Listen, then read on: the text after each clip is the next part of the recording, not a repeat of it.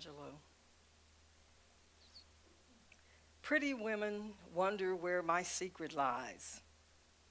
I'm not cute or built to suit a fashion model size. But when I start to tell them, they think I'm telling lies. I say it's in the reach of my arms, the span of my hips, the stride of my step, the curl of my lips. I'm a woman, phenomenally. Phenomenal woman. That's me. I walk into a room just as cool as you please, and to a man, the fellows stand or fall down on their knees. Then they swarm around me, a hive of honeybees. I say it's the fire in my eyes and the flash of my teeth, the swing in my waist and the joy in my feet. I'm a woman, phenomenally. Phenomenal woman. That's me. Men themselves have wondered what they see in me. They try so much, but they just can't touch my inner mystery. When I try to show them, they say they still can't see. I say it's in the arch of my back, the sun of my smile, the right of my breast, the grace of my style. I'm a woman, phenomenally. Phenomenal woman. That's me. Now you understand just why my head's not bowed. I don't shout or jump about. I have to talk real loud. When you see me passing, I ought to make you proud. I say it's in the click of my heels, the bend of my hair, the palm of my hand, the need for my care, 'cause I'm a woman, phenomenally. Phenomenal woman. That's me. When Maya Angelou wrote this poem, in my opinion, she was not referencing the female in her role as scientist, astronaut, surgeon, or the researcher who would find a cure for cancer as being phenomenal. She saw her own reflection in the mirror and saw a woman who had grown to love herself. And in that, she issued an invitation to all women to see themselves as they are. And that in and of itself is enough, phenomenally. When the majority of women look in the mirror and see their reflection, they still view themselves as flawed in some way. Regardless of their accomplishments, many feel a sense of inadequacy, perhaps even uncomfortable about the time they took off work to have children, the sense that they should be advancing more quickly, or that their careers haven't taken a traditional trajectory. A Harvard Business School experiment found that women are less likely to self-promote than men. This study had participants take a 20-question test, and before receiving the results, they were to guess what score the participants believed they totaled. There was a statistically significant difference between the hypothesized score and the actual score in equally scoring men and women. Women believed themselves to have scored lower than they did. Additionally, across all questions asking about performance, women scored 27% below the average.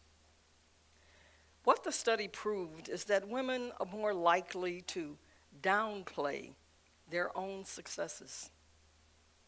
Women have been taught to minimize their own accomplishments in order to make their male counterparts feel less threatened.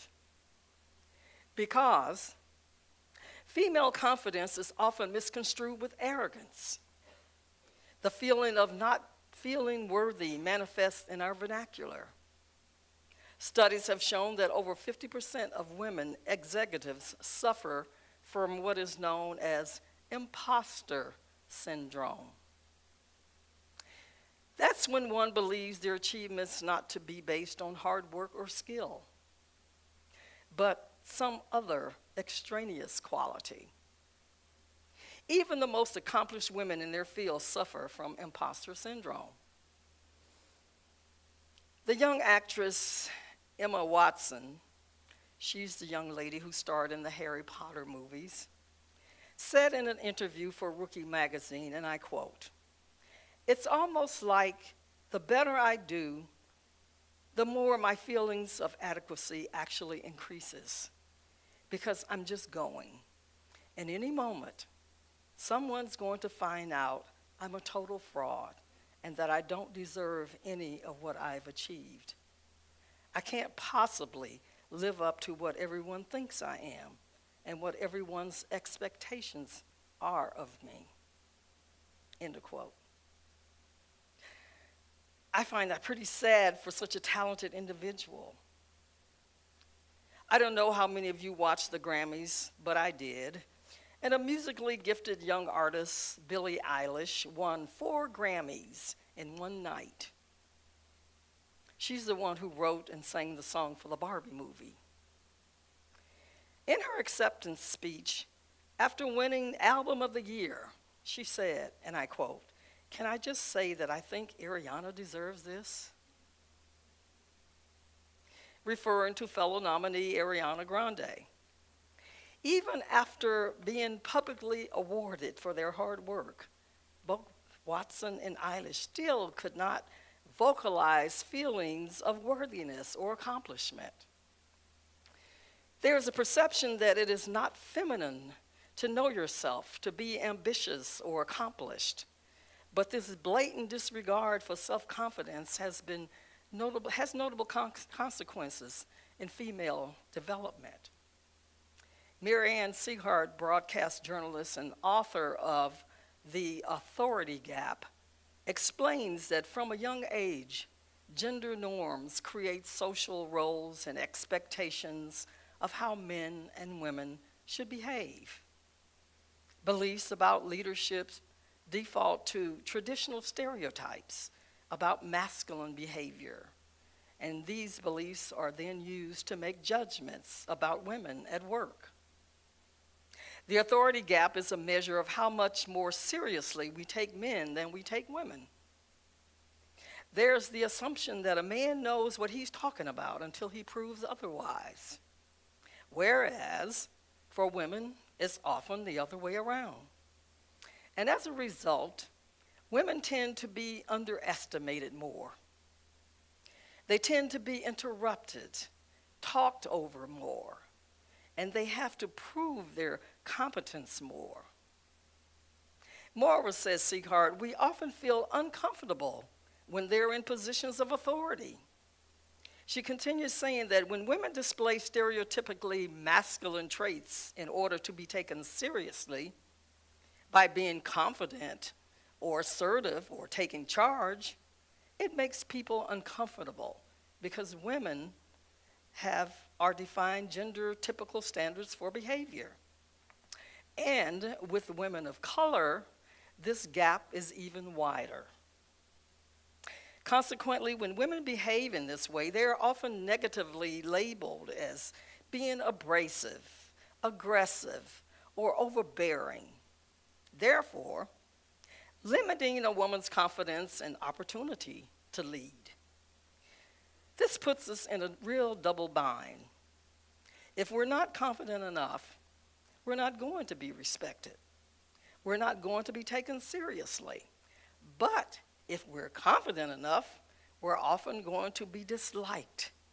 And it's terribly hard for women to navigate this very narrow path between the two. In 2020, the COVID-19 pandemic impacted every aspect of modern life. However, during this time, it was female leaders who were widely lauded for their decisive and effective handling of the crisis. According to the Center for Economic Policy Research and the World Economic Forum, the results of an analysis of 194 countries indicated that women leaders clearly reacted more quickly and decisively in the face of potential fatalities. Countries led by women had systematically, and significantly better COVID-19 outcomes, locking down earlier and suffering half as many deaths on average as those led by men. Just one example is New Zealand's Prime Minister, Jacinda Ardern. Her response to the pandemic on March 21st was bold and engendered public support. She delivered an 8-minute televised statement to the nation in which she announced a 4-level COVID-19 alert system when New Zealand had only 52 confirmed cases, restricting some travel and urging people to limit contact. So, by the time cases grew to 205 4 days later, the alert system triggered a nationwide lockdown. A national poll put her government at over 80% public approval because of honesty and caring. Other women leaders who were lauded in this poll are Germany's Angela Merkel, New Zealand's Denmark Mette Frederiksen, Taiwan's Tsai Ing-wen, and Finland's Sanna Marin. And yet, women are still perceived to be less suitable to lead than men. It's been thought that once industries achieve gender balance, that bias would decrease and gender gaps would close. However, even though women are the majority in these industries, we found they still experience a multitude of biases, such as constrained communication, in which women have to be mindful when expressing authority and downplay their accomplishments. Moreover, they reported lack of acknowledgement for their contributions and being interrupted by men when speaking. And even when women were well represented, their workplace often still had a boys' club mentality, where decisions were made mostly by men. It's about time that women affirm their worth out loud and accept their success as due to personal skill. The answer for combating female self-doubt is destigmatizing the vocalization and celebration of women's achievements. Indeed, these women are phenomenal.